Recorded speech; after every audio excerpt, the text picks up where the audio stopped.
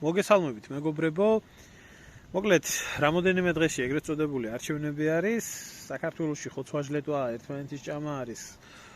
გახელებული, ასე რომ ვთქვათ, კაცი არ ინდობს და მიმაჩნია, რომ ესე იგი მნიშვნელოვანი არის ეს ვიდეო, რომელიც დღეს მინდა 2025 წლის სექტემბერში შემოგთავაზოთ. 13 წლის წინანდელი ვიდეო არის, რომლის ავტორიც არის ქალაქ თბილისის ყოფილი მერი ეროვნული მოძრაობის დროს 1991 წლის ოქტომბერში იქნა დანიშნული და ძალიან მალე პუტჩისტებმა, როცა დაამხეს ეროვნული ხელისუფლება, რა თქმა უნდა, ისიც თანამდებობიდან გადაყენებული იქნა.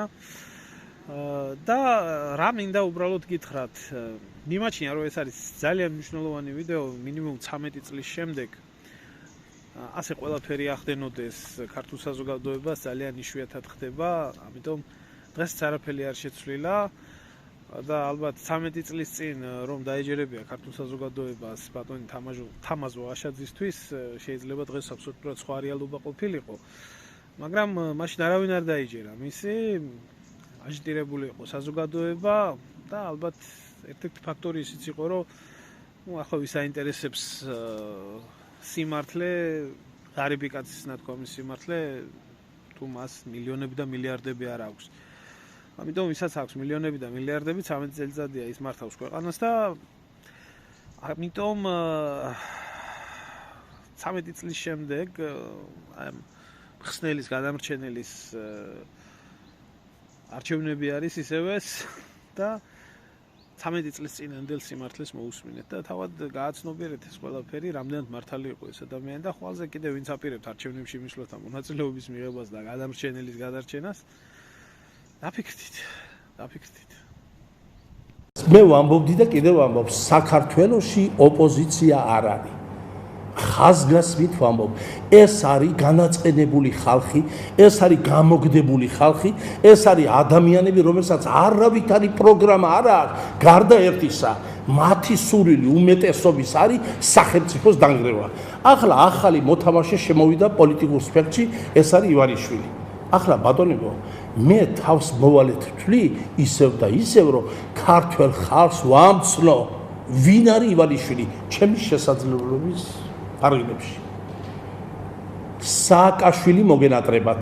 მიუხედავად იმისა, ახლა არ ამოჭრათ ეს და სადმე რომ მე სააკაშვილის პატივისცემელი არ ვარ. მე ვარ სააკაშვილის ოპოზიცია, მაგრამ მე ვარ მოყარე ჩემი ქვეყნისა.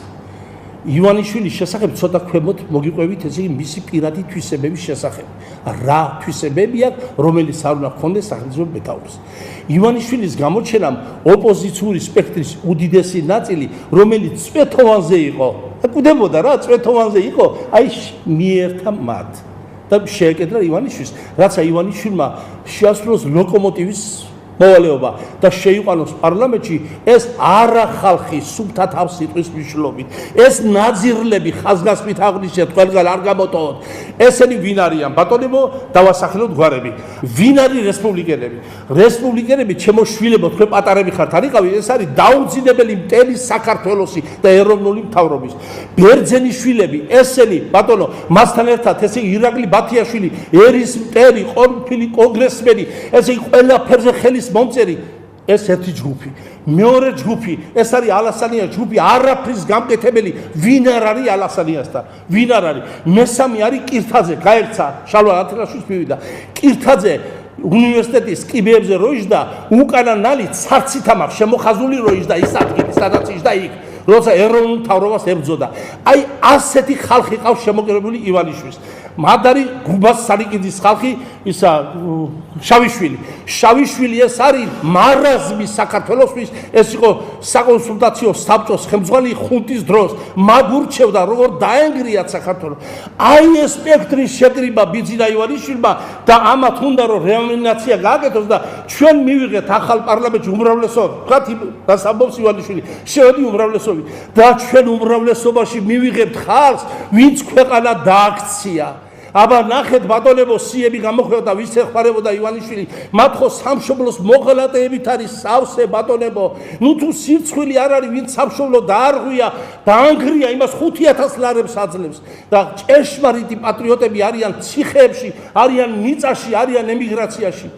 ამიტომ მე ვალდებული ვარ, სანამ ცოცხალ ვარ, რომ ქართველ ხალხს უთხრა სიმართლე, რათა მათმა, ესე იგი, გააკეთოს სათანადო ანალიზი, გამოვიდა და ჟურნალისტების კორპუსს დაუწყო ქინება. მე თუ გახსოვთ, როდესაც ხალხის მერის სიბაზე გამოვდიოდი, არჩევნებზე გამოვდი, ჟურნალისტებზე, ვინც ხელს აღმართავს, მე ვიქნები მათი დამცველი გრალი, ღმერთებს არ დაუტოებ არაფერს. რა უნდა ჟურნალისტებთან, რა უნდა იმ გომართელის გოგოსთან, ნინო გომართელთან, ამ პატიოსთან და წესიერ ადამიანთან. ჯერ იყო და ის ხაინდრავა აფურთხებდა სირცხვილის კორიდორი მოაწყო უსირცხვილო ხალხმა. რა უნდა და ჟურნალისტიო მომზადებული მოდისო, ღმერთმა დაგვიფაროს, რომ ჟურნალისტი მომზადებული არ მოვიდეს. დიახ, ჟურნალისტი უნდა იყოს მომზადებული. დიახ, მეც უნდა ვიყო მომზადებული. მაგრამ ყველამ თავის გავლილ გზას მიხედოს, რომელიც ბრუნდათაა გავლილი ამის ეშინია. აბა რა, ყველაფერს უნდა გაუძლო, როცა პოლიტიკაში მოდიხარ, გინებას, ლაძვას, სამართლიანს უნდა უპასუხო, უნდა გაარტყიო ყველაფერი. ეს უდიდესი შეცდომა. მე მაქვს უფლება დაუშვათ კავკასიას, მე ნინო ჯანგირაშვილს უდიდეს პატივისცემ ძალიან. მე მაქვს უფლება ზოგიერთ კორესპონდენტებს ამე უთხრა, ძველი რაღაცები გავახსენო, მაგრამ ივანიშვილს ამის უფლება არ აქვს. ივანიშვილი რო ამბობს ტრაქტორები გამოგზანეო საქართველოსთვის, ჟურნალისტთა კორპუსს თხოვ, რომელ თვეში მოვიდა ტრაქტორები საქართველოში. ტრაქტორები თამაზ დუმბაძეს და სიგუას გამოუგზანა, მარტში მოვიდა და მაშინ როდესაც საქართველო დანგრეული იყო, როცა მიწისძვრის მთელი საქართველოს სიცოცხლის და საკითხი დგებოდა, მაშინ კი არ გამოგზანა. აბა მომიტანოს ქვითარი, თუ შეეწია მის სამშობლოს ერთი მანეთი მიწისძვრის დროს. აბა სად იყო დამალული ამ 10 წლის 12 წლის განმავლობაში, ეს იყო კაპიტალ დაბადება ჩადო ინტელიგენციაში, ეს მოარული ხმები იქ მუშაობდი, მე დადიოდა რომ მაგ ემზადებოდა ამ საქმისთვის. ამიტომ ესე იგი ყველა ეს ისეთი პროცესი იყო, რომ ყველას მოსყიდვა მოხდა, ჩვეულებრივი მოსყიდვა მოხდა. ბატონებო, ვინ დაიჯერებს, გოგონებო, ბიჭებო, ვისაც გინდათ კითხეთ, 7 მილიარდიანი ბიზნესი რუსეთში ჰქონდეს, იქიდან ფული მოქონდეს და საქართველოს, ესე იგი შენ მტერს, პუტინის მტერს აძლევდი ამ ფულს, პუტინის დღეში 3 რწყილს ატყავებს. ესე იგი ამას დაიჯერებთ, ეს არის ზუსტად რუსეთის პროექტი. ზუსტად რუსეთის პროექტია. ამიტომ ქართველმა ხალხმა უნდა იცოდეს, რომ ეს ადამიანი არის უარესი ვიდრე სააკაშვილი. ვიძინა ივანიშვილის ატუ ასეთი ორგანიზაცია ძალით მიმიყვანეს. მოლაპარაკებას აწარმოებდნენ 3 თვე. პროფესიონალი უნდა და ვინც ჩახლამული ეს ნაძირალა ორგანიზაციას ამოიყვანეს ზებად. ეს ჩემი პროფესია იყო და გავაკეთე რასაკვირველია ეს. და თქვენ შეგიძლიათ მიბრძანეთ და ყველა ვიცის რომ სამშენებლო კომპანია. ახლა მშენებლობა სხვა არ ვიცი, ჟურნალისტიკა არ ვიცი, მაგრამ მშენებლობა არ მესწავლება მე. თუ მესწავლება არ ცხვერია ვისწავლი. შემდეგ ამისა, ესე იგი დიდი მასშტაბის მშენებლობები, თუ რამე გაკეთა, ციცინათელები, ეს ბაკურიანი, ეს ჩემი ხელია სულ ყველაფერი. მე ფარდა ვიყავი, მე არ ვჩნდებოდი არსად, ეს ყველაფერი მე გავაკეთე. რას ქვია ბატონო? ვიმუშავდი ერთ დღეს ბიძახი შეუნაძა, რა შეასახმები? არა უნდა წახვიდო. მე წერილი დავწერე ასავალ-დასავალში, ამას ვაბრალიდი ჯერ ერთი, სადაც გურამ შარაძე მინდოდა პრეზიდენტად და შტაბი უნდა შემექმნა, რომ თელ საქართველოს მეთქვა არჩევნების დროს. ამას ვაბრალიდე, მაგრამ არ გამოდგა სწორი ეს ჩემი ვარაუდი არ გამოდგა. მე დაიჭირეს 20 კაცი ჩემი გულისთვის, 20 უდანაშაულო კაცი. ამ ხალხთა სიაში იყო მისი მეზობლები, მისი ჯგუფერები და დაიჭირეს ხალხი და მე ავდექი ბიძინას მეზობლები. რატომ მიზეზი რომ რომელიღაცა ობიექტი გაძვირდა 220,000 ლარი. კი არავის მიუთვისები აქ არ წერია რომ მithვისება გაძვირდა. რა გაძვირდა, არაფერი არ გაძვირდა. მე სასამართლოზე ვითხოვდი, რომ მე-5 კლასის 60 მოსწავლე მოიყვანე და იმას კითხეთ, რამდენი მილიონი იქით ვაჩუქე მე ეკონომია გავუკეთე ბიძინა ივანიშვილს. მაგრამ ვინ მიიღო ჩემი თქმა უნდა არავინ. წერდი წერილს სააკაშვილს, რომ მიუხედავად იმისა, რომ ვარ შენი ოპოზიცია, მე არა ვარ შენი მტერი და დაიცავი ჩემი უფლებები. მივედი პატრიარქთან, პატრიარქს უთხარი, რომ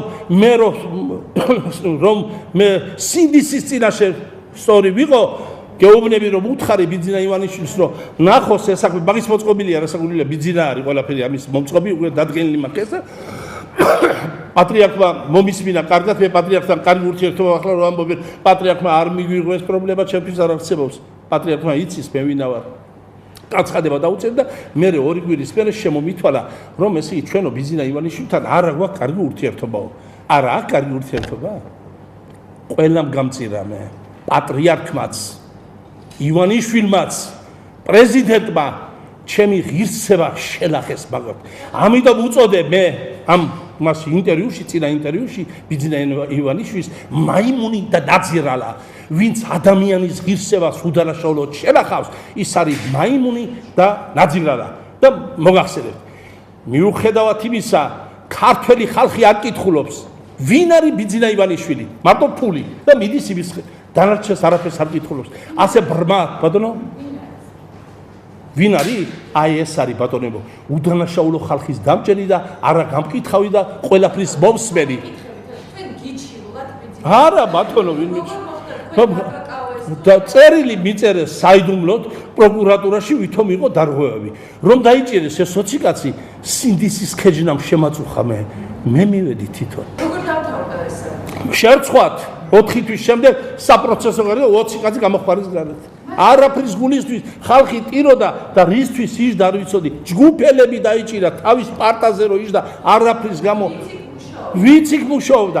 აიძულებდნენ ჩვენ წინააღმდეგ მიეცა ჩვენება, მაგრამ ბატონებო, გინდათ სასაული გითხრათ, გამოჩნდა 20 უმაგრესი კაცი, რომელმაც თქვა სასამართლოზე, მადლობელი ვარ მოსამართლე, რომ ეს კაცი გაგვაცანი, ჩვენ ამას არ ვიცოდით.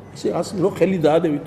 მე უთხარი მოსამართლეს, ოღონ ეს ხალხი გაუშვიდა, რაც გინდა მე მიქენი დამსაჯეთ მე, ეს უდანაშაულო ხალხი, ეს გაძვალტყებული, გააყიდია სახლები, გააყიდია ღობეები, ჯარში ჩააბარეს და მაგარი ჰუმანური ადამიანი, ბატონებო, რა არის ფული ამ თავარი?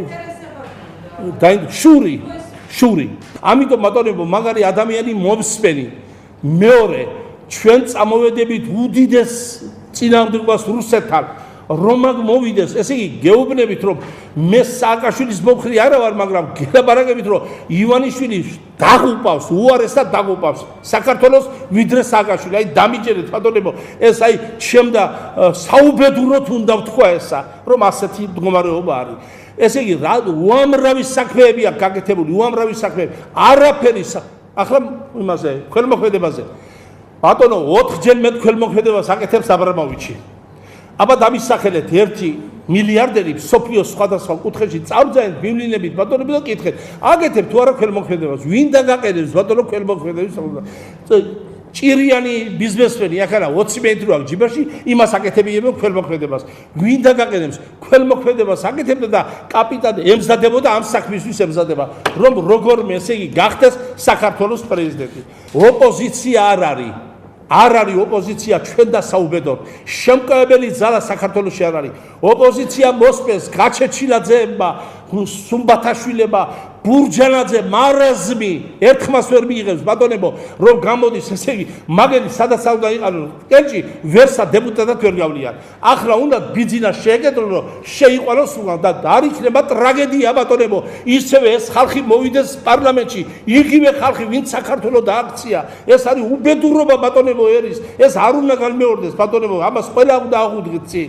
მე ვამაო მე რა აი მაგალითად გამოვიდეს ბიძინას მომხრე და თქვას რა იმით ნიშნით ვიხედი ბიძინასთან მივიდა იმიტომ რომ ფული აქვს იმას დანარჩენი რა ნიშნით გამოხატა მაგას თავისი დამოკიდებულება ოჯახი აქვს ახლა მაგას წახსულ ვინ არის მაგ როცა ბიძინა ივანიშვილი დადიოდა და ვაჭრუყალობდა ცალიკალოშით მოსკოვში მე მილიონები მებარა საქართველოს პრეზიდენტიდან და მიწისთვის დაზარალებულ მთელ ქვეყანას ვაშენებდი ივანიშვილმა ამ მომრჩევლების ხმები უკვე იყიდა რამოდენიმე წლის წინათ აი ეს ფული რაც არის და კაპიტალ დაბანდებები ეს ყველაფერი არის ადრე ნაყიდი ხმები აი მაგალითად ბატონებო როგორ შეიძლება რომ სწორად იყოს სასამართლო როცა საჩხერის სასამართლო მილიცია და პროკურატურა აშენა ბიძინა ივანიშვილს მიაბაშენე ხელფას ამ მოსამართლეებს დამას უხდის ბიძინა ივანიშვილი სახლის საჩხერის მილიციის უფროს თავისი 2000 კვადრატული მეტრი მიწით აუშენა ბიძინა ივანიშვილმა ეს ხალხი ახლა იქნება სწორი აი სწორ გადაწყვეტილებას მიიღებს სასამართლო, რასაც უნდა და იმას აკეთებდა ბიძინა ივანიშვილი. ბიძინა ივანიშვილის ხონდა მწვანე შუქი ანთებული, არაფერში ის და ბუჩქებში არსად არ გამოდიოდა. 10 წელიწადია რუსეთში არ ყოფილო რომ არ ჩავდიო, კი არ ჩადის, ვერ ჩადის ბატონებო. ნახე ანალიზი გააკეთეთ რაშია საქმე. ბიძინა ივანიშვილი ვებგვერდზე არის გამოქვეყნებული ასეთ რამე. რუსეთის პროკურატურა მოითხოვს ყველა მილიარდერიდან და მილიონერიდან სადიშოა საწყისი კაპიტალი ახსნა განმარტება მიცეს რუსეთის პროკურატურას. არა ის რომ შენ რამდენი ფული გაქვს, სადიშოა საწყისი კაპიტალი. მაგას უნდა რომ ჩავიდეს იქ, ან უნდა იყოს პრეზიდენტი, ან პრემიერ-მინისტრი, ან უნდა იყოს პარლამენტის თავმჯდომარე. ვერ ჩადის მაგ რუსეთში. მეტი სიცოცხლე მე მაგ რუსეთში ვერ ჩავა. ჩავა და დამთავრდება მაგის სიცოცხლე. აი გებიწევი, არ ჩადის, რა ფული არ აქვს თუ მოსკოვში დედაქალაქში არ არის. 7 მილიარდიან ბიზნეს აწარმოებს ბატონებო იქ. მაგას ვინ რას ლაპარაკობ თქვენ? ვინ დაუჯერებს მაგას? მეო ლებეც არ ვაფინანსებდიო, ერთის ვაფინანსებდიო, თლათო არესი ჩვენ მოსისხლებტერს აფინანსებდა. სოროს ლანძღავდით, დავწყდით სოროსის ლანძღავს თურმე სოროსი ყოფილა პატიოსარი ფიროსმანის ნახატი, კაცო, ვინ არის ეს ყოფილა სოროსი, ეს ყოფილა საქართველოს დამაქცევარი ა და ამასთან მიდის ხალხი, ნუ თუ ნამუსი არ აქვს, ნუ თუ ფულში უნდა გაყიდო შენი სამშობლო, ნუ თუ სიკვდილს არ უნდა შეეჩვიოს, რატო უნდა გეშინოდეს ადამიანს სიკვდილი ხო არსებობს? შენ გენაცვალე სიკვდილო, სიცოცხლე შენი ხარობსა. ვარჟაფშაველა მყვილა ხო არ დაწერა ეს? ჩემთვის ხო არ დაწერა, მაგისთვისაც დაწერა. 1 კილომეტრში ცხოვრობდა მუხრან მაჭავარიანი, ჩემი განუყრელი მეგობარი მის სახლიდან. ერთხელ არ დაბადებია სურვილო კაც დალაპარაკებოდა. ბუმბერას პოეზ და ბუმბერას კაც. აი ბატონებო, მისი დონე, ვიღაცა ბიჭბუჭებს იმას დარც ეთამაშება.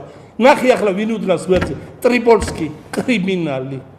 აი ეს რომ არის სიმღერა რუსული კრიმინალია. შეიძლება მართლაც ევროპაც გავაოცო ისეთი დემოკრატია შექმნა საქართველოში. დამი კონკრეტულად ჩემი გამონათქვამი, ან ჩემი პარტიის წევრების გამონათქვამი, რომ ჩვენ დავპირდით და ვერ ვაკეთებთ. მე ვპირდებით, რომ ჩვენი ქვეყანა თავს დაახსნებს გაჭირვებას.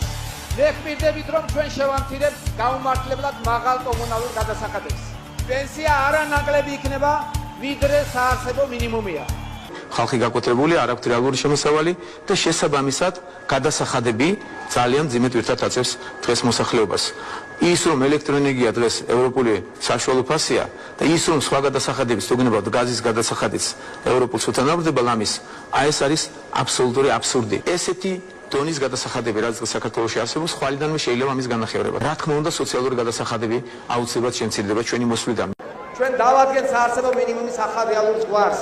ცხადია ეს ზღვარი აღარ იქნება დამამცირებელი. პენსია არ იქნება იმაზე ნაკლები, ვიდრე რეალური საარსებო მინიმუმია. ჩვენ გავავარმაგებთ სოციალურ დახმარებას. ანუ მინიმალური პენსია გახდება 220 ლარი. გარდა ამისა, ყველა ის საპენსიო დანამატი, რომელიც გააუქმანას პროგრამა, ყველა ის საპენსიო დანამატი დაემატება ამ მინიმალურ პენსიას. ანუ ომის ვეტერანობის, სტაჟისა და დამსახურების მიხედვით, ინვალიდობის, მარჯვენა დაკარგულის, ობლობის და ასე შემდეგ. ყველა ეს პენსია დაახლოებით 250-დან 300 ლარი გახდება პენსია. წლის ბოლომდე მე ვფიქრობ, რომ 60-ის ნაცვლად 100 მეტი საწარმო, ახალი საწარმოს დაფინანსება მოხერხდება. სოლარიუმის ურეკელებს არ გესწავლებათ. თუ გახსოვთ, ურეკში უკვე შენდებოდა სოლარიუმი და ვერ მივიდა ის დასასრულს რამდენადაც როდესაც საქართველოს გამოეყოდა იმ პროცესებში, ვის გახსოვს? ალბათ თუ გახსოვს, სოლარიუმის მშენებლობა უკვე მიდიოდა ურეკში. ეს არ არის ახალი. იქედან მახსოვდა, მე ჩემს ეზოშიც მაქვს აშენებული. თუ ავაშენებთ აუცილებლად სასტუმროებს და ყველა სასტუმროს უნდა ქონდეს სოლარიუმი, ეს მოგცემს საშუალებას, რომ მთელი წლის განმავლობაში ეყოლება ტურისტები ასეთ უნიკალურ ქვიშას, რომელიც არის ურეკის პლაჟებზე. მთელი წელი შეიძლება იყოს ეს დატვირთული. გამარჯვებისთანავე, საარჩევნო ბლოკი ბიძინა ივანიშვილი ქართული ოცნება განახორციელებს პროგრამას ღირსეული დასაქმება ყველას, რაც გულისხმობს ყველა რეგიონში 1000-ზე მეტი საწარმოს გახსნას. მშენებლობა საქართველოში გაცილებით უფრო მასშტაბური გახდება და გაცილებით მეტი ადამიანი დასაქმდება. მაგრამ ეს არ იქნება ისეთი სამუშაო ადგილები, რომლებიც არჩევნების წინ იქმნება და არჩევნების დამთავრებისთანავე უქმდება. ეს იქნება ისეთი მშენებლობა, რომელსაც ყველა ნორმისა და სტანდარტის შესაბამისად კვალიფიციური სპეციალისტები დაგეგმავენ, სადაც დაცული იქნება როგორც მშენებლობის, ისე მშენებლობაზე მომუშავე ყველა ადამიანის საფრთხეობა. აი ახლა ბიძინა ივანიშვილი ჩადებს მილიარდს სოფლის მეურნეობის აღორძინებაში. თითო სოფელს საქართველოში ერგება 5 მილიონი. იქნება ნულოვანი კრედიტები, მრავალწლიანი. თქვენ და ყველას ექნება საშუალება იაფი, ხელმისაწვდომი და ხანგრძლივი ფულის 10 წელი და 10-დან 20 წლამდე არანაკლები 10 წლისა საშუალება იქნება ფულის და ეს იქნება უმეტესწილად უფასო და სადაც იქნება პროცენტი იქნება 1, 2 და მაქსიმუმ 3% იქნება გადასახადი მაქსიმუმ და უმეტესი წილი იქნება ეს იქნება უფასო ფული. ქუთაისში დავაფუძნეთ საუნივერსიტეტო ქალაქს. აღჭურვილის ულტრათანამედროვე ტექნოლოგიებითა და ინფრასტრუქტურით, რომელსაც ისეთი მნიშვნელობა ექნება საქართველოსთვის, როგორც გელათის აკადემიას ჰქონდა დავით აღმაშენებლის დროს. რუსთავის შესაძლოა გახდეს პროფესიული განათლების ცენტრი, სადაც ახალგაზრდები არა მარტო თეორიულ ცოდნას მიიღებენ, არამედ შესაბამის პრაქტიკასაც გაივლიან სხვადასხვა ტიპის საწარმოებში. ახალგაზრდობა, სტუდენტობა, სასწავლო ცენტრები, სახელოსნოები, სტუდიები ეს გამოაცოცხლებს რუსთავს და ახალ ფუნქციას მიანიჭებს ამ ქალაქს. მე ძალიან დიდი დრო დავხარჯე ამასთან დაკავშირებით და ვაგრძელებთ კვლევას, რომ როგორმე მოვახერხოთ და ეს დიდი პრობლემაა. ნაწილობრივ მაინც შევუნსუბუქოთ მოსახლეობას და მე მგონი რომ რაღაცას აუცილებლად მივახცევთ. აჭარიდან ვიწყებთ. აჭარაში უახლოეს ერთ კვირაში ალბათ დავასრულებთ მაგ პრობლემას და შემდგომ შესაძლებელი იქნება ეს თელ საქართველოსზე გავავრცელოთ. მე მახსოვს კოალიციის ერთ-ერთ საბჭოზე უეცად გავაკეთე განცხადება და უეცად მოუყევი როგორ მაქვს დათვლილი უკვე რამდენი ფული ჭირდება და რა არის საჭირო იმისთვის რომ თქვენ სახლებში დაბრუნდეთ. ამისთვის საჭირო იქნება დაანგარიშებული მაქვს არანაკლები 4-ისა და არა უმეტეს 6 მილიარდი დოლარისა და ამის შესაძლებლობა არსებობს. ჩვენი პირადი თუ გარედან დახმარებაც იოლი იქნება. ძალიან ბევრი სახლი იქნება ასაშენებელი და რეალურად უნდა აშენდეს არანაკლები 100,000-ზე მეტი სახლისა. საშუალო ევროპული ტიპის წელიწადი მოვანდობეთ ელიტური ჯიშის კარტოფილის თესლი რომ გამოგვიყვანა და გაისისთვის იმდენი გვაქვს რომ მთელ საქართველოს ეყოფა და დაურიგებთ უფასოდ. ქართულ ოცნებას დაგეგმილი აქვს ააღორწინოს ქართული სოფელი და ამისათვის შექმნას 1 მილიარდიანი ფონდი. ვინაიდან კრიზისი არ არის გეგმა, კრიზისიდან გამოსასვლელი არ გვჭირდება. პრობლემები არის გაცვლით კურსთან დაკავშირებით და ვფიქრობ რომ დროებითი. მეორე წელიწადი იქნება უკვე საგრძნობელი, საგრძნობლად უკეთესი. მესამე იქნება ის რომ მოსახლეობის დიდი ნაწილი ამას უკვე საკუთარ ჯიბესა და საკუთარ ოჯახებზე იგრძნობენ. იმაზე მეც ვაკეთებ და ეს პრეტენზია მაქვს. რაც დავბედით, იმაზე მეც ვაკეთებ და იმაზე მოკლე დროში. შეიძლება მართლაც ევროპაც გავაოცო ისეთი დემოკრატია შექმნა საქართველოში. ჩემი გჯერა